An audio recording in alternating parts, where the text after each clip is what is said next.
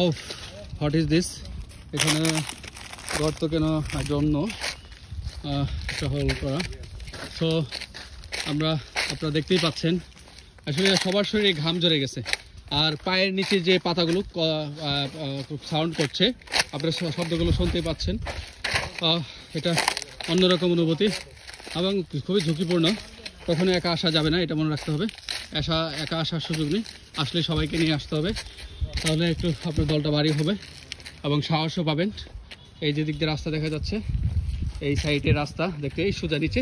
দেন আমরা এখন বাম সাইড দিয়ে আমরা চলে যাব এই পাহাড়ের, খুবই দেখতেই পাচ্ছেন। ও এদিকে আবার উঁচু পাহাড়গুলো, খুবই চমৎকার।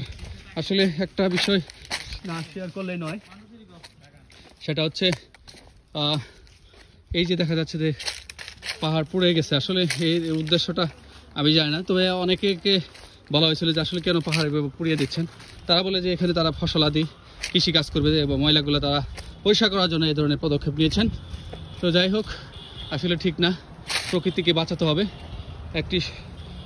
প্রত্যেকটা দেশের জন্য প্রায় 25% বনভূমি থাকা দরকার শতকরা।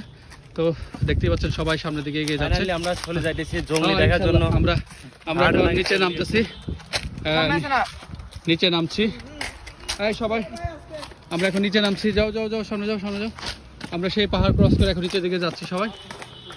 সবাই সাবধানে যাবেন, কোনো দিকে তাকান দরকার নেই, সোজা নেমে যান। আমার মনে হচ্ছে সামনে মেন রোড ইনশাল্লাহ। ও